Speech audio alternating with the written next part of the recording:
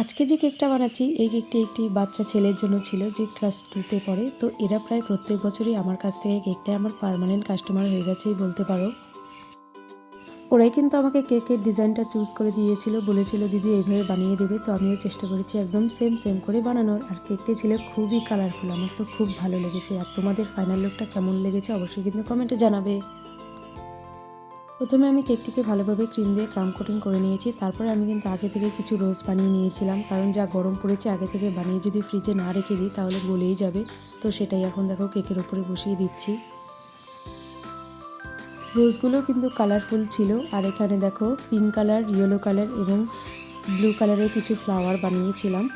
তো এখন আমি এখানে কিছু পাতাও দিয়ে দেবো। আমি পাইপিং ব্যাগে পাতা শেপে কেটে তারপরে কিন্তু এখানে পাতাটা অ্যাড করে নেব। তো আজকের কেকের ফাইনাল লুকটা কেমন লাগলো জানিও। দেখা হচ্ছে পরের ভিডিওতে। Bye bye.